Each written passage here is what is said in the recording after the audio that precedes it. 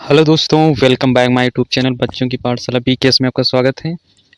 दोस्तों, आज का क्वेश्चन फिजिक्स का वेरी इंपॉर्टेंट क्वेश्चन ध्वनि से संबंधित है, साउंड वाइब्रेशन। दोस्तों, आज का क्वेश्चन पहला है, ध्वनि तरंगों की प्रकृति होती है। ध्वनि तरंगों की जो प्रकृति होती है वो अनुदैर्घ्य होती है। क्या होती है? अनुदैर्घ्य। सेकंड नंबर क्वेश्चन, निम्न में से कौन सा कथन ध्वनि तरंगों के लिए सत्य है? 0 डिग्री सेल्सियस पर इनकी चाल 232 मीटर प्रति सेकंड होती है। ध्वनि की जो चाल होती है 0 डिग्री सेल्सियस पर 232 मीटर प्रति सेकंड होती है।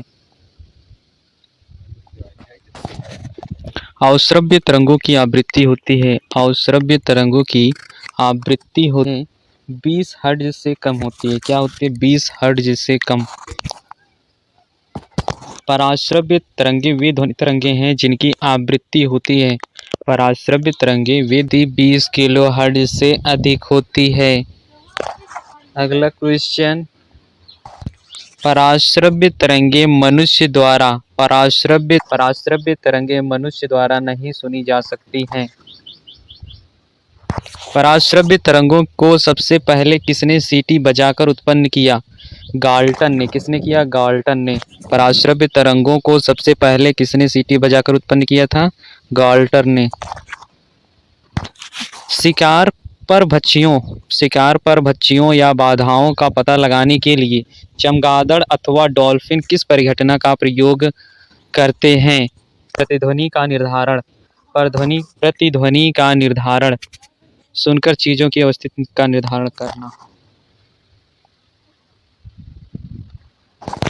कीड़ों तथा हानि पहुंचाने वाले तत्वों को घरों से दूर भगाने के लिए प्रयोग में लाया जाता है। कीड़ों तथा हानि पहुंचाने वाले तत्वों को घरों से दूर भगाने के लिए प्रयोग में लाया जाता है अल्ट्रासोनिक तरंग। अल्ट्रासोनिक तरंग।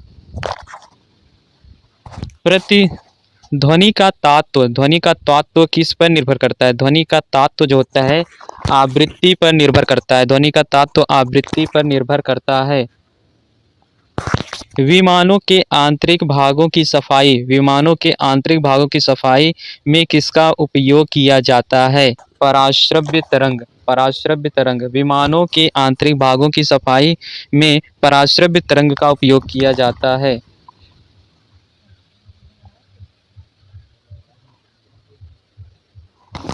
दोस्तों, अगर वीडियो अच्छी लगी हो तो चैनल को जरूर सब्सक्राइब करो, लाइक एंड शेयर जरूर किया करो। Thanks for watching my video बच्चों की पाठशाला बीकेएस।